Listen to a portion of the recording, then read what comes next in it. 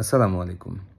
বাংলাদেশ থেকে প্রবাসগামী যারা এখন মধ্যপ্রাচ্যে যেতে চাচ্ছেন, একটাবার নিজেকে প্রশ্ন করুন, আপনার এলাকা থেকে যত মানুষ গেছে তারা কি ভালো আছে?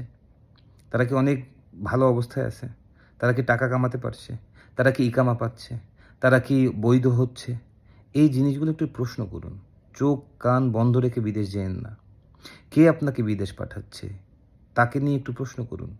আপনি যদি বিদেশে সমস্যায় পড়েন, আসলে কি সমাধান করতে পারবে সে? এতটুকু বোধ বুদ্ধি তো আপনার আছে। কেন জানি আমরা ব্যবহার করি না আমাদের বুদ্ধি। সো বিদেশে যাওয়ার আগে বারবার চিন্তা করুন। আপনি কার মাধ্যমে বিদেশ যাচ্ছেন? কে আপনাকে বিদেশে পাঠাচ্ছে?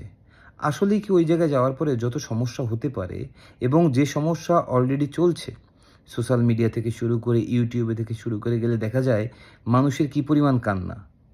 তো ওই কান্নার জীবনে কেন আপনি নিজে ইচ্ছা করে যেতে চাচ্ছেন? একটু বিবেক খাটান।